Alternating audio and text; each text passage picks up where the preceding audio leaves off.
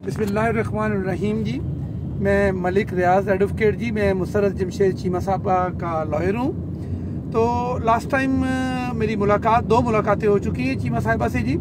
तो थोड़ी misunderstanding media पे जा चुकी है कि चीमा साहिबा, मुसर्रत जमशेद चीमा साहिबा कोई पार्टी छोड़ना चाहती है। ऐसी बात नहीं है जी, मुझे सिर्फ यही इंस्ट्रक्शन है कि उन्होंने कहा है कि जो 9 मई को जो वाक़यात हुए हैं उनको कंडेम करना है। वो उनको कंडेम करती हैं, उस वाक़े की बाबत इंतहाई वो रंजीदा हैं, उनको बड़ी तकलीफ है उस वाक़े पे। तो जहाँ तक बात रही पार्टी छोड़ने की, वो ऐसी कोई बात उन्होंने मुझसे नहीं की कि वो पार्टी छोड़ना चाहती हैं। वो कह रही है मैं जो ही जेल से बाहर आऊंगी तो अपनी पार्टी की बाबत में अपना राय खुद डिक्लेयर करूंगी। मैंने मुझे ना उन्होंने इजाजत दी है, ना ही किसी लॉयर को इजाजत दी है इस बाबत वो बात करें किसी भी मीडिया पे जाके कि वो पार्टी छोड़ना चाहते हैं जी। Thank you very much.